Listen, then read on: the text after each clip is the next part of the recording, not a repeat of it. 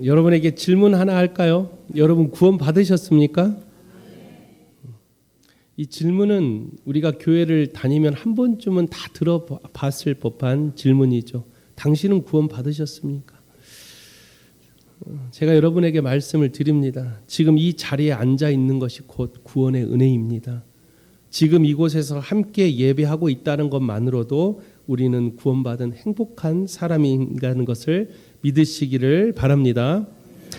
그런데 우리가 살아가는 세상을 돌아보면 많은 영혼들이 이 구원에 대해서 의문점을 가지고 살고 있는 성도들이 참 많이 있습니다. 무엇보다도 우리는 구원받아 행복한 삶을 살아야 됨에도 불구하고 무언가를 스스로가 행복하지 못하다라고 생각하며 살고 있는 성도들이 참 많다라는 것이죠. 그러다 보니까 이 구원의 행복을 다른 곳에서 찾으려고 해요. 나의 헌신과 나의 봉사와 또한 어떻게 해야 하나님이 기뻐하실까라는 이 구원의 초점이 하나님이 아니라 나에게 있는 사람들이 종종 있다라는 것이죠. 우리는 어떻습니까? 세상을 살면서 세상 사람들에게조차도 인정을 받으려고 노력을 해요. 이게 사람이라면 누구나 그런 마음이 있는 것 같아요. 사람들에게 인정받고 싶어하는 마음, 사람들에게 박수 갈채 받고 싶어하는 마음. 제가 대학교 다닐 때 음악을 했다라고 했잖아요. 제가 인생을 살면서 사람들 앞에 가장 많이 섰던 첫 무대가 바로 제가 음악을 할 때였어요. 그때 한 1,500명 정도 앞에서 음악을 이제 그룹 사운드 제가 베이스를 쳤는데 그냥 저는 음악이 좋아서 시작을 했는데 무대에 올라가서 그 1,000명이 넘는 사람들이 환호를 해줄 때 그때 저는 그런 생각을 했어요. 가수들이 왜 그렇게 무대를 올라가려고 하는 건지, 왜 사람들의 팬들의 그 관심을 자꾸만 얻으려고 하는 건지. 저는 연예인은 아니었지만 그 무대 한 번 쓰고 나서 얼마나 그게 느껴졌는지. 그 다음에 무대에 한 5번 섰는데 여자 고등학교 축제에 갔는데 끝나고 참 제가 그렇게 잘생긴 건 아닌데 사인을 받으려고 줄을 서 있는 모습을 보면서 이게 참 사람들한테 박수를 받고 싶어하는 마음, 사람들에게 인정을 받고 싶어하는 마음. 그래서 우리는 그런 사람들의 시선에 맞춰서 스스로를 자꾸만 짓눌러요. 중압감 속에 살아간다라는 것. 수많은 연예인들이 그런 중압감 속에 우울증에 걸린 사람들이 대다수라고 합니다. 뭐 연예인만 그러겠습니까? 정치인들, 공직자, 공적인 자리에 앉아 있는 사람들의 대부분이 그런 영적 우울감에 살고 있다라는 거예요. 자기도 모르는 사이에 사람들에게 인정받으려고 하는 마음. 그런 시선 속에서 행복은 도대체 찾아볼 수 없을 만큼 불행한 삶을 살고 있는 사람들이 우리 주변에 참 많이 있다라는 것이죠. 그런데 다시 한번 여러분에게 저는 말씀을 드립니다. 여러분 이미 행복한 사람입니다. 믿습니까? 여러분은 이미 행복한 사람. 이렇게 말하면 몇몇 사람들은 목사님 저 실은 진짜 힘들어요. 저 솔직히 행복하지 않습니다. 지금 여기 앉아서 예배는 드리고 있지만 이렇게 생각하는 성도님들도 계실지 몰라. 그러나 제가 여러분에게 말하는 행복은 여러분이 생각하는 세상에 있지 않습니다. 여러분이 예수 그리스도를 믿음으로 고백하는 순간 여러분은 세상이 줄 수 없는 행복을 이미 받았다라는 거예요. 그런데도 우리는 행복을 자꾸만 찾으려고 해요. 신앙생활을 하면서도 하나님과의 관계 속에서 우리 중압감을 생각하는 성도들이 참 많아요. 오늘도 교회 가야 되는데 오늘도 교회 지각하면 어떻게 할까? 오늘도 가서 봉사해야 되는데 오늘 끝나고 시간이 없는데 약속이 있는데 여러 가지 생각 속에 교회를 가는 발걸음이 이미 중압감 속에 살고 있는 성도들이 너무나도 많다라는. 왜 그럴까요? 왜 우리는 그런 중압감 속에서 신앙생활을 해야 되는 것일까? 아직도 구원의 참된 행복을 깨닫지 못했기 때문에 그렇습니다. 진정한 구원의 행복을 깨닫는 순간 이러한 중압감은 벗어날 수가 있다라는. 그래서 성경에서 우리가 어떻게 해야 자유함을 얻을 수 있다겠어요? 진리를 깨달아야 돼. 하나님 말씀 앞에 섰을 때 그 진리가 우리를 자유케 한다라고 성경은 말하고 있어요. 근데 그 진리를 세상에서 찾으려고 하니 자꾸만 행복은 찾아볼 수가 없다라는 거예요. 역사 속에서도 이런 동일한 영적 빈곤을 겪었던 유명한 사람이 한 명 있어요. 바로 16세기 종교 개혁을 이끌었던 마르틴 루터라는 사람이. 우리는 마르틴 루터 하면 16세기에 종교 개혁을 이끌었던 시대의 영웅, 그리고 가장 영향력이 셌던 사람이라고 우리는 생각만 하고 있지, 이 마르틴 루터가 그 종교 개혁을 하기까지 얼마나 영적 빈곤에 시달렸는지를 잘 알지 못해요. 이 마르틴 루터는 하나님 앞에 스스로가 거룩해지기 위해서 자기 스스로를 가혹한 채찍질 속에 넣어요. 스스로를 하나님 앞에 올바른 삶을 살려고 누가 시키지도 않았는데 스스로를 자꾸만 십자가 속에 자기를 가둬둬요. 제가 예전에 어떤 영상을 하나 봤는데, 고난 주간이 되면 실제로 이스라엘에 하나님, 예수님께서 그 십자가를 지었던 것을 본인이 경험하려고 이 채찍 끝에다가 이 못 같은 것을 달아서 실제 자기 몸을 때리는 사람들이 있었어요. 제가 그 영상을 보면서 어떻게 보면 믿음의 하나의 강력한 표현이라고 하지만 너무 가하다 싶을 정도로 그 고난을 직접 체험하려고 어떤 사람은, 여러분 보셨어요? 실제 손바닥에다가 못을 박는 사람도 있어요. 실제 이런 사람들이 있어요. 고난 주간 때 예수님께서 그 십자가에 달려 돌아가셨는데 나는 이게 뭐야 하면서 스스로를 예수님과 함께 십자가에 못을 박아야 된다고 실제 못을 손바닥에 박았던 사람들이 있었다는 거예요. 과연 이런 모습이 하나님이 기뻐하실까? 이렇게 고난의 길에 하나님과 함께 하겠다는 마음은 참 예뻐 보일 수 있지만 그런 행동이 과연 하나님을 기쁘게 할 수 있을까? 마르틴 루터도 그런 사람 중에 한 명이었어요. 스스로를 거룩해지려고 늘 날마다 하나님 앞에 기도하고 심지어 수도원에 들어가서 날마다 자기를 고행의 길로 자기 자신을 놓아요. 그런데 아무리 그렇게 훈련을 하고 고행의 길을 걸어가도 마음 한켠에는 공허함이 자꾸만 들었다라는 거예요.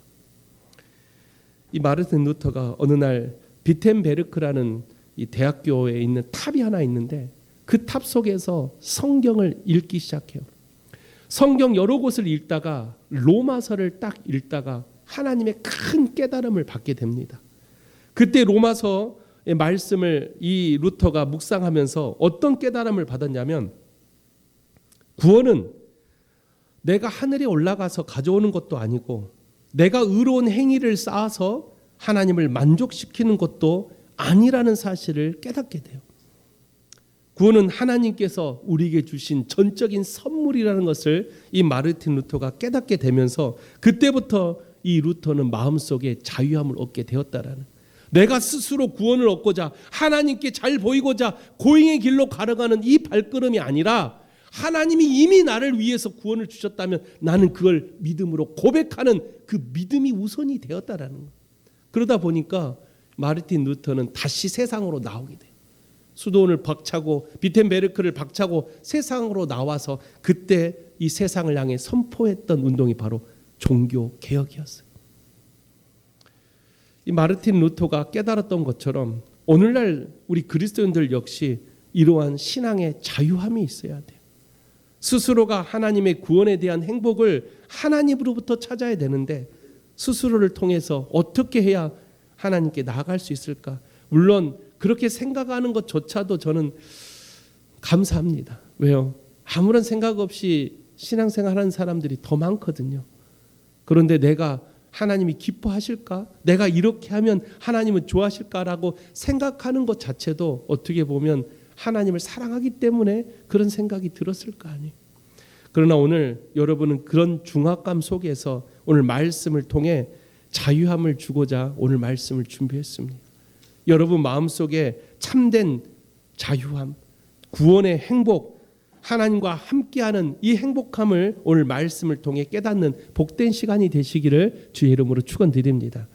첫 번째로 우리가 참된 행복을 깨닫기 위해서는 구원은 이미 완성되었다라는 것을 꼭 기억하시기를 주 이름으로 부탁을 드립니다. 오늘 본문 8절입니다. 말씀이 내게 가까워 내 입에 있으며 내 마음에 있다 하였으니 곧 우리가 전파하는 믿음의 말씀이라. 구원이 곧 뭡니까? 복음이죠. 복음은 이미 우리 곁에 있어요. 이미 왔습니다. 구원이라는 것은 이미 우리에게 주어진 선물이에요. 그런데 왜 우리는 구원 받았습니까? 라는 질문 앞에 순간 망설일까요? 왜 망설이는지 아세요? 구원이라고 생각하면 거룩해야 되고 하나님 앞에 말씀과 기도로 무장해야지만 하나님이 주시는 이 구원의 선물을 받을 수 있을 것 같은 그런 자격지심에 스스로가 망설이는 거예요. 아, 목사님, 제가 구원 하나님 나라에 가는 게 좀 생각해 봐야 되겠다. 내가 실은 그렇게 신앙이 깊지 않습니다. 제가 그렇게 믿음이 대단하지 않습니다. 라는 스스로의 그런 생각 속에 구원이란 단어 앞에 잠깐 망설이게 되는 거예요. 그런데 다시 한번 말합니다. 이미 구원은 우리에게 주어졌다라는 거예요. 이미 구원은 우리에게 주신 하나님의 선물이라는 거예요. 근데 왜 망설이세요? 구원을 우리 안에서 찾으려고 하지 마십시오. 구원은 이미 완성으로 우리에게 이미 주셨다라는 거예요. 사도 바울은 오늘 본문 말씀을 통해서 구원은 멀리 있지 않다라고 말을 해요. 본문 8절에 뭐라고요? 말씀은 이미 내게 가까워서 어디에 있다 그랬어요? 내 입에 이미 와 있다라는 거예요. 우리가 이 구원의 행복을 누리려면 이미 입에 와 있는 이 구원을 이제 믿음으로 선포만 하면 된다라는 거예요. 내 행위에 대한 구원이 아니라 이 구원이 내게 왔음을 내가 믿습니다라는 이 입으로 와 있는 구원을 선포하는 것이 바로 참된 구원을 우리가 경험하는 행복이라는 거예요. 사도 바울은 이미 우리 안에 구원은 와 있다라는 것을 말씀을 하면서 그 8절 후반절에 뭐라고 말하냐면 우리가 전파하는 믿음의 말씀이다라고 말을 해요. 우리가 전파하는, 우리가 그 선포하는, 우리가 세상에 선포하는 이 복음이 곧 구원의 완성이라고 그렇게 말을 해요. 구원을 얻기 위해서 우리가 무엇을 하는 게 아니라 구원은 이미 우리에게 주어졌다면 이 구원이 완성을 이루기 위해서는 그 구원에 대한 깨달음 그리고 그거를 내가 입으로 선포할 때 진정한 구원의 완성이 이루어진다라는 거예요. 믿습니까? 그러면 여러분에게 질문을 던졌을 때 여러분 구원 받으셨습니까? 여러분 담대하게 아멘이라고 외칠 수 있어야 돼요. 그런 구원의 완성이 내 입술을 통해 선포되어진다면 여러분 선포하셔야죠. 근데 완벽하게 완전하게 이 구원의 완성을 선포하는 사람이 과연 몇 명이나 있을까요? 우리 입술에 이미 구원이 와 있는데도 이 구원을 선포하지 못하는 그리스도인들이 너무나도 많다라는.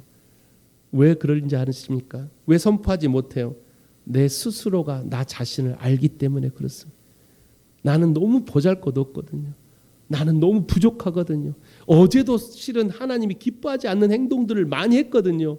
수많은 죄를 짓고 수많은 죄악 가운데 살다가 오늘 거룩한 척하면서 교회 와서 앉아 있는데 내가 어찌 하나님의 나라에 들어갈 수 있겠습니까? 라는 스스로가 스스로를 판단해 버리는 이 생각 때문에 구원의 행복을 자꾸 찾지 못하고 있다라는. 제가 목회를 하면서 많은 성도들을 신방을 해봐요.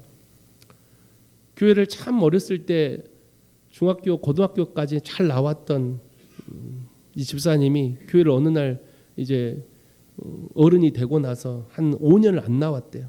찾아가서 상담을 했어요. 왜 어렸을 때 열심히 신앙생활 했는데 지금 잘 나오지 않습니까? 라고 했을 때 그 남자 집사님의 첫 번째 대답이 뭔지 아십니까? 제가 교회를 나갈 만큼의 내 삶이 되지 않습니다. 그게 무슨 말입니까? 교회 오시면 되죠. 실은 제가 세상 것들을 너무 좋아합니다. 그 말을 했을 때 제가 느낌이 탁 왔어요. 세상이 너무 좋은 거예요. 술, 뭐 세상이 말하는 활락, 쾌락에 이미 빠져 있는 거예요. 그러니 내가 그런 죄를 짓고 그런 더러운 모습으로 어떻게 교회 갈 수 있겠습니까? 라고 그렇게 이야기를 하더라고요. 제가 뭐라고 말했겠어요? 예, 오지 마십시오. 그런 모습으로 제가 그렇게 말했겠을까요? 아니죠. 제가 뭐라고 말했을까요? 그럼에도 불구하고 오십시오. 교회는 의인이 오는 곳이 아니라 죄인이 오는 곳입니다. 그게 교회예요. 근데 교회에 오면 사람들은 자꾸만 거룩해지라고 말을 해요. 의인으로 눈으로 바라봐요. 야, 저 사람 왜 저것밖에 못해? 야, 저 사람 왜 와가지고 저렇게 교회 물을 흐트려? 야, 저 사람 참 아직도 신앙이 밑바닥이네. 자꾸만 우리를 누구를 판단하고 지적해. 그런 사람들이 오는 곳이 교회인데 왜 완벽한 신앙의 사람들을 찾으려고 합니까? 왜 완벽한 믿음의 모습들을 자꾸만 우리는 원하고 있을까요? 교회는 죄인들이 오는 곳인데 사도신경을 못 외우는 사람들이 오는 곳이에요. 와서 외우는 것이죠. 어찌 교회를 한 번도 안 다녔는데 교회 이런 우리가 아는 주기도문 이런 거 어떻게 할 수 있어요? 교회 와서 하나하나 훈련받고 하나님의 사랑을 깨닫고 스스로가 하나님께 나아갈 때 하나하나 알아가는 것이지 왜 우리는 자꾸만 와서 거룩한 모습을 요구하고 또 요구하는 것일까?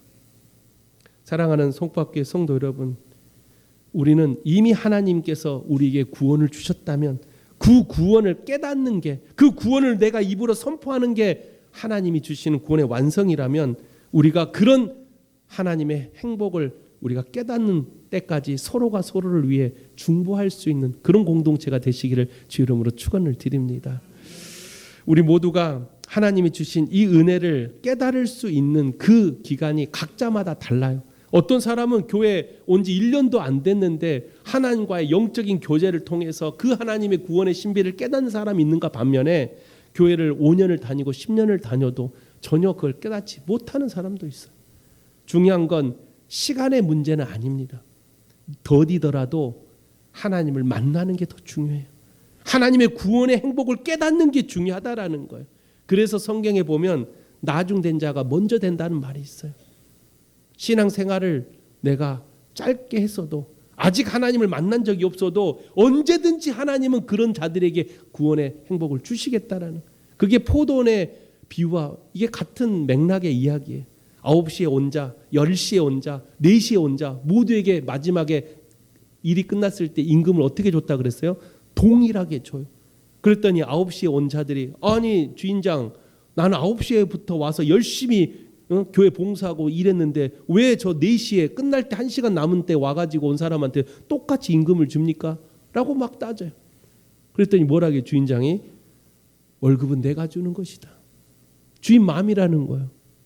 하나님의 은혜는 하나님께서 주시는 것이지 내가 9시에 왔으니까 나는 이만큼 주고 저 사람 4시에 왔으니까 이만큼 주세요 하는 게 아니라는 거예요. 교회는 그런 곳입니다. 함께 모여 하나님의 은혜를 바라보는 것이지 왜 자꾸만 사람의 은혜를 자기가 주려고 합니까? 자기가 판단하려고 하고 왜 자꾸 자기가 그 사람을 지적하려고 해요? 교회는 하나님이 주시는 구원의 축복을 깨닫는 곳입니다. 그 깨닫는 시간까지 부족하면, 연약하면 우리는 그 사람을 위해 조용히 기도해 주는 거예요. 저 집사, 저 성도가 하나님을 만날 수 있도록 주님, 저 성도의 마음을 만져주시옵소서 하고 대놓고 하는 게 아니에요. 조용히 기도하는 거예요. 그래서 모두가 하나님의 그 구원의 행복에 다 같이 들어올 때까지 우리 송파교회 공동체가 서로가 진심으로 사랑하는 그런 행복한 공동체가 되시기를 주 이름으로 축원을 드립니다. 두 번째로 구원의 완성에 이르기 위해서는 오늘 본문 9절 10절이 매우 중요합니다. 우리 함께 묵상하겠습니다. 시작. 내가 만일 내 입으로 예수를 주로 시인하며 또 하나님께서 그를 죽은 자 가운데서 살리신 것을 내 마음에 믿으면 구원을 받으리라.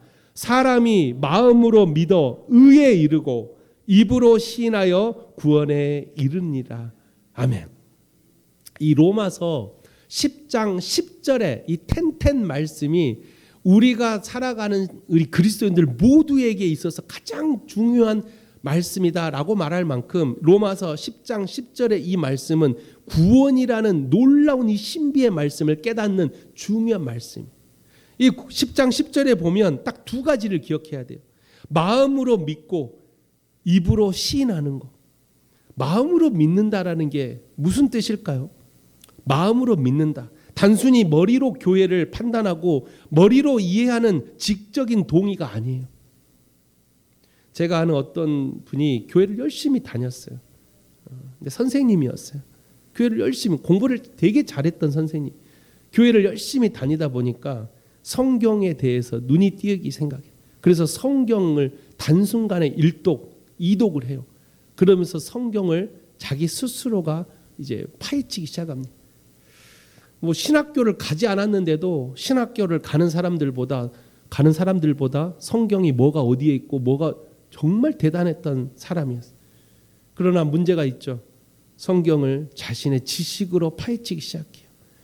성경의 말씀을 역사적인 지식으로만 머릿속에 넣다 보니까 이 말씀을 통해 주시고자 하는 하나님의 그 깨달음을 깨닫지 못하는 거예요.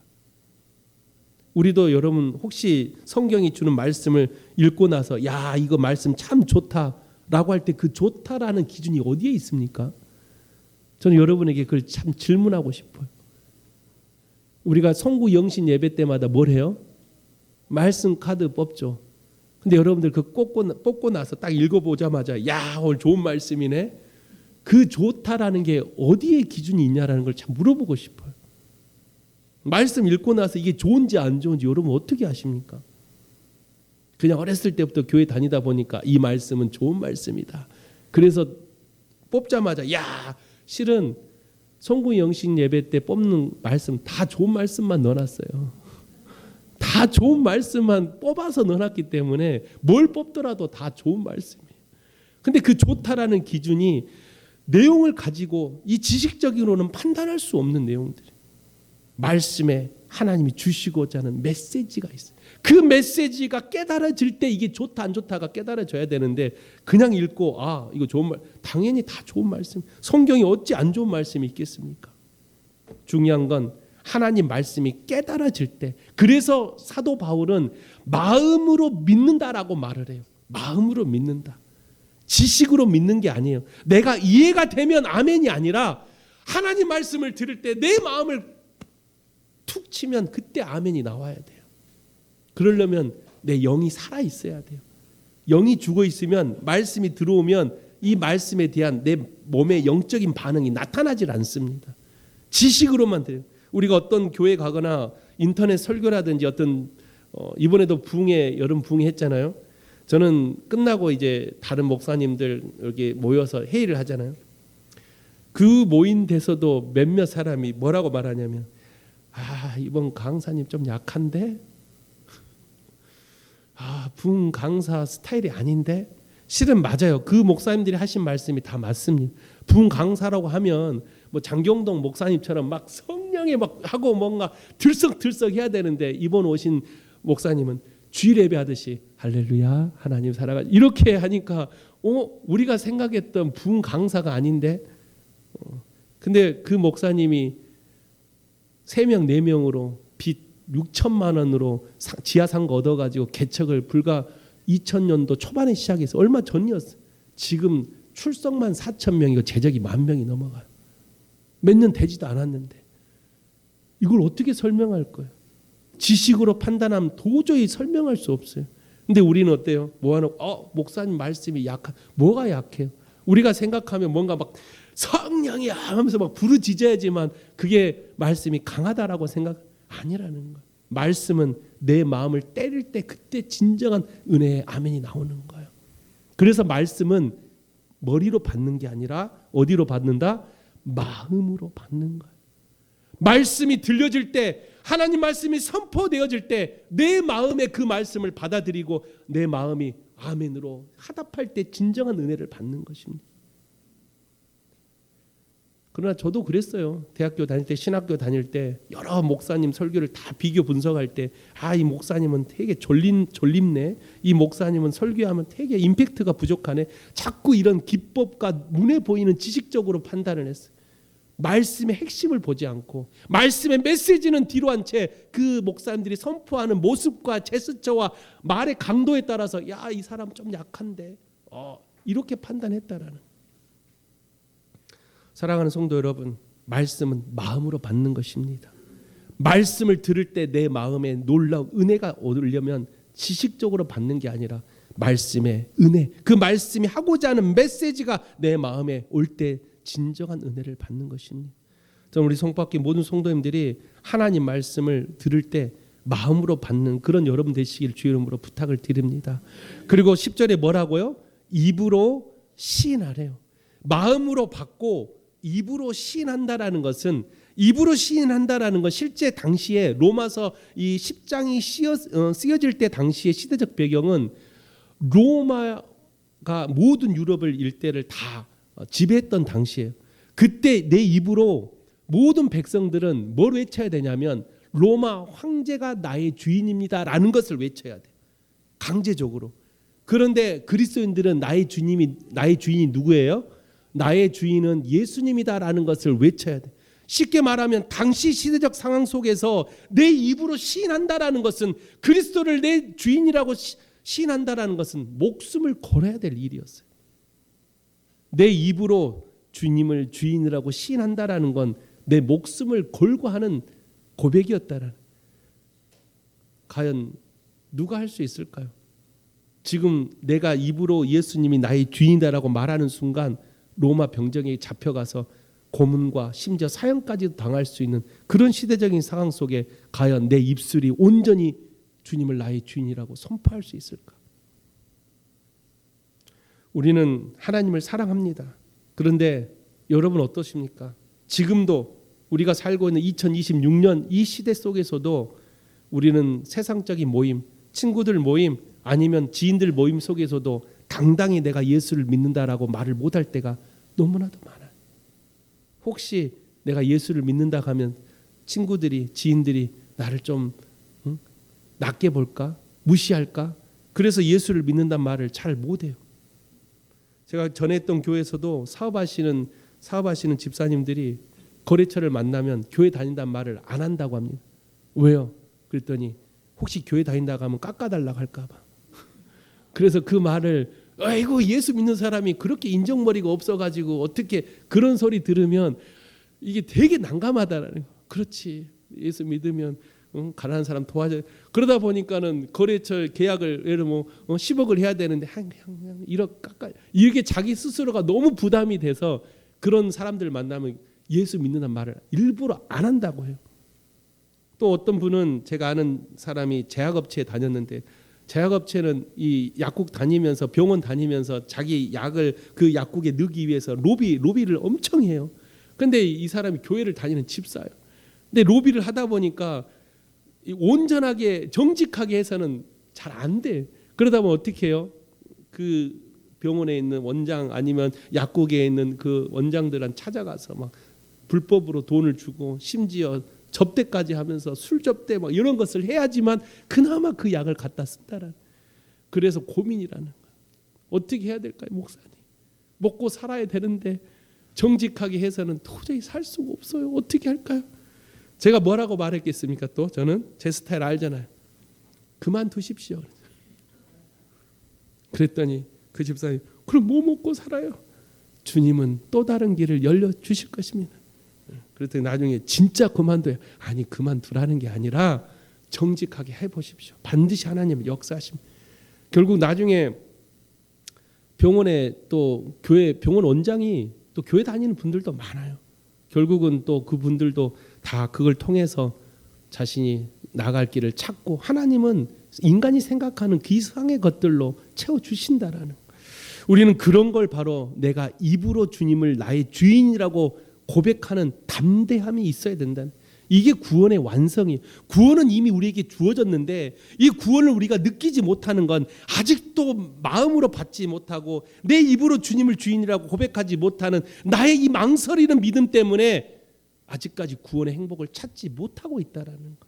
이미 구원은 우리에게 주어졌는데 왜 우리는 아직도 행복을 찾지 못할까? 사랑하는 성도 여러분, 구원의 완성은 마음으로 믿고 입으로 시인하는 거라고 성경은 말하고 있습니다. 여러분의 삶 가운데 주님은 나의 삶의 주인, 이거를 키리오스라고 불러요. 주님은 나의 주인이시다. 이 키리오스라는 이 단어가 여러분의 삶의 가장 우선순위에 있기를 주의 이름으로 축원드립니다. 주님은 나의 주인이다. 이 고백 하나가 나의 삶, 나의 비전, 내가 걸어가야 될 불확실한 미래에 확실한 미래로 바꿔주시는 주님을 만날 수 있다라는 거예요. 왜요? 나의 삶의 주님이라면 내가 가는 길이 앞이 보이지 않는 어두운 터널을 걷고 있을지라도 반드시 주님은 나를 찬란한 빛 가운데로 인도하신다라는 거예요. 그게 내 삶의 주인을 주님으로 모시고 살고 있는 사람의 모습입니다. 저는 우리 송밖에 모든 성도들이 키리오스, 주님은 나의 주인이십니다 라는 이 고백으로 인하여 구원의 완성에 이르는 참된 축복받는 성도들이 되시기를 주 이름으로 축원드립니다. 마지막 세 번째로 구원의 완성은 오늘 본문 13절에 있습니다. 누구든지 주의 이름을 부르는 자는 구원을 받으리라. 아멘. 주의 이름을 부르는 자는 구원을 받는데요. 근데 우리는 주님의 이름을 다 부르는데, 교회 오면 예수님, 주여, 하나님 다 하잖아요. 그러면 왜 우리는 이 구원에 대한 행복을 아직도 깨닫지 못할까? 실은 사도 바울이 이 로마서 10장 13절을 말씀을 할 때 이 말씀은 사도 바울이 한 말씀이 아니에요. 이 누구든지 주의 이름을 부르는 자는 구원을 받으리라는 이 말씀은 이미 구약에서 요엘 선지자가 했던 말씀이죠. 요엘 선지자가 요엘서 2장 32절에 이미 누구든지 주의 이름을 부르는 자는 구원을 받으리라라고 이미 요엘 선지자가 외쳤어요. 그때 요엘 선지자가 외치면서 가장 강력하게 외쳤던 말씀이 한 가지가 더 있는데 뭐냐면, 여러분 다 아시는 말씀이 요엘 선지자가 했던 강력한 말씀, 옷을 찢지 말고 마음을 찢어라. 옷을 찢지 말고 마음을 찢으라. 구약 사람들은 죄를 지으면 자기의 옷을 찢었어요. 왜요? 옷은 행실을 뜻했어요. 유대인들에게 있어서 자신의 겉옷은 행실을 뜻해요. 그래서 죄를 짓고 하나님께 회개할 때는 반드시 자기의 옷을 찢고 죄를 뒤집어 쓰고 자기의 죄를 회개했다라는. 그런데 어느 순간 옷을 찢는 게 하나의 형식적으로 돼버려. 야, 너 회개했어? 아 잠깐만, 옷 딱 찢고 주여 아버지 용서해 주십시오 하고 그 다음날 또 죄를 지어요. 옷은 열심히 찢는데 늘 죄악 가운데 서 있는 거예요. 요엘 선지자가 외칩니다. 옷을 찢지 말고 마음을 찢으라. 진정한 하나님과의 관계 속에 내가 갖고 있는 이 죄악을 벗어날 수 있는 마음을 찢어야 되는데 옷을 찢어놓고 그 다음날 또 죄악 가운데 서 있고 그 다음날 또 옷 찢고 또 죄악 가운데 서 있고 참된 회개가 아니라는 거예요. 사도 바울은 이 요엘 선지자의 말을 빌려서 누구든지 주의 이름을 부르는 자는 구원을 받으리라라는 이 강력한 메시지를 선포하게 돼요. 당시에 수많은 이 백성들 사이에서도 그 로마의 압제 속에 이 목숨 걸고 탈출했던 사람들이 있어요. 이 디아스포라 같은 사람들이, 이 유대인들이 이 로마의 압제 속에서 도망가요. 그래가지고 소아시아, 갑바도니아를 통해서 유럽 일대로 다 흩어져요. 그때 가는 곳곳마다 바울 사도가 교회를 세우죠. 고린도 교회, 에베소 교회, 이런 교회들을 세웠을 때, 소아시아 7교회를 세웠을 때 교회의 가장 큰 문제가 뭐였냐면 유대주의 그리스도인들과 이방인 그리스도인들의 다툼이었어요. 쉽게 말하면 유대인들은 이방인들을 개 취급했어요. 같이 밥도 안 먹어요. 어찌 감히 하나님께 선택받지 못한 사람들하고 우리가 함께 밥을 먹어? 라는 선민 사상에 빠져 있었던 유대주의, 그 유대주의 사상이 뼛속까지 있었던 유대인들이 종교를 개혁해서 예수를 믿게 돼서 그리스도인으로 되었지만 아직까지도 유대주의를 벗어나지 못해. 그래서 교회 안에서 자꾸만 다른 사람들을 무시하고 판단하는. 그때 사도 바울이 외쳤던 말씀, 누구든지, 라는 이 누구든지, 너가 유대주의 출신이든 너가 이방인이든 그게 중요하지 않아. 헬라인이든 너희들이 누구든지 예수 이름만 부르면 우리는 모두 다 구원이라는 하나님의 축복을 받게 되는 것이야 라고 사도 바울이 가르쳤다는. 누구든지. 저는 말씀을 준비하면서 이 누구든지라는 단어가 너무 은혜가 됐어요. 보잘것없는 나도, 죄악 가운데 있었던 나도, 비천하고 보잘것없는 벌레만도 못한 나도 주의 이름을 부르는 자들에게는 구원을 주시겠다라는 거예요. 바울은 아마 누구보다도 이걸 말씀을 더 강력하게 전파했어요. 왜요? 자기가 누구였는지 알잖아요. 자기가 예수를 만나기 전에 자기의 삶을 알잖아요. 바울은 예수를 만나고 예수님의 그 구원을 받았을 때 바울은 야, 지금 너희들끼리 싸우지 마. 이방인이 됐든 유대인이 그게 뭐가 중요해? 예수 그리스도를 믿음으로 고백하면 누구나 다 구원을 받는데 너희들 왜 너희들끼리 싸워? 하면서 바울 사도는 자신의 과거를 알기에 누구든지라는 이 단어를 강력하게 선포했다라는. 참 은혜가 되지 않습니까? 누구든지 그 사람이 가난한 자든 장애인이든 세상에서 천대받고 소외받고 보잘것없는 사람이든 누구든지 주의 이름을 부르는 자는 구원을 얻으리라. 이게 하나님의 긍휼입니다. 그래서 교회는 참 따뜻한 곳입니다.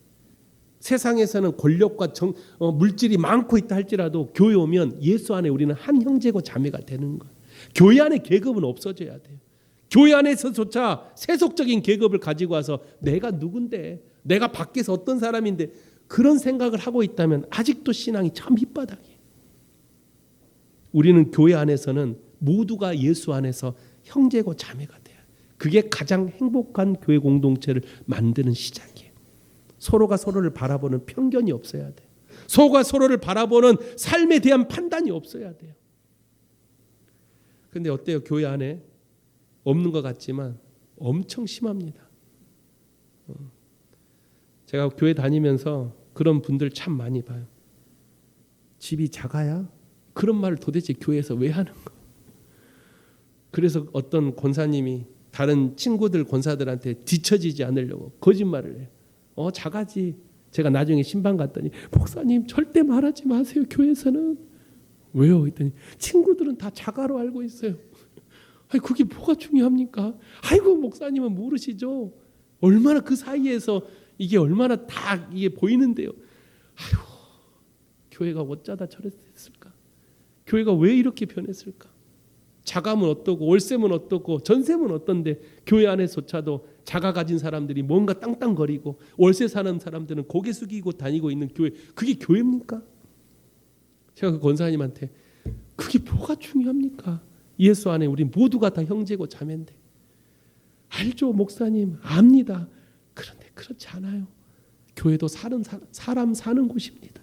그 말을 들었을 때 목회자로서 너무 마음이 아팠어요. 우리가 섬기는 교회는 예수 안에 하나된 공동체가 되어야 되는데 교회 안에 자꾸만 세속적인 시선이 들어와 교회 안에조차도 세상적인 계급이 존재한다라는 것.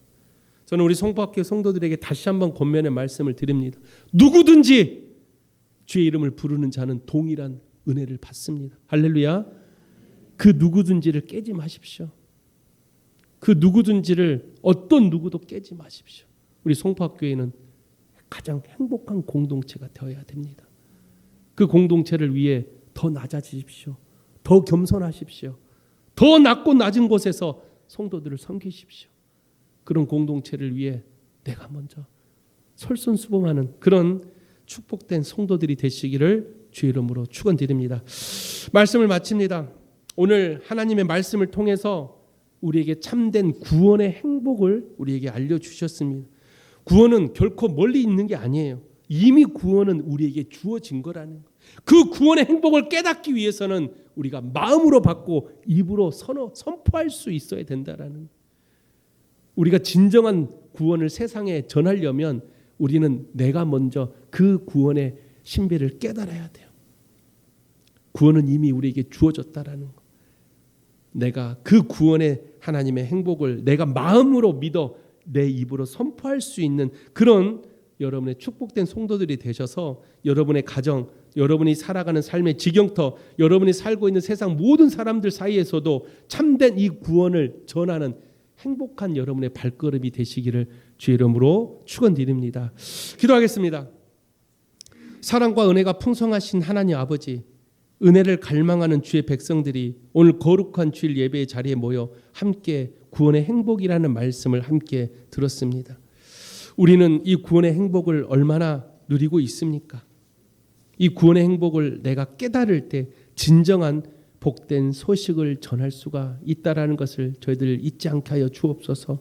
그래야 우리 송파교회 모든 성도들이 이 복된 소식을 전하는 발이 되어 하나님께 착하고 충성된 종이라는 축복의 메시지를 들을 수 있는 하는 사랑하는 성도들 되게 하여 주시옵소서. 부활하신 예수 그리스도를 통하여 우리 또한 그 하나님의 부활하신 예수님을 마음으로 고백하여 모두가 다 하나님 나라에 함께 갈 수 있는 가장 행복한 공동체가 될 수 있도록 서로 중보하는 그런 공동체가 되게 하여 주시옵소서.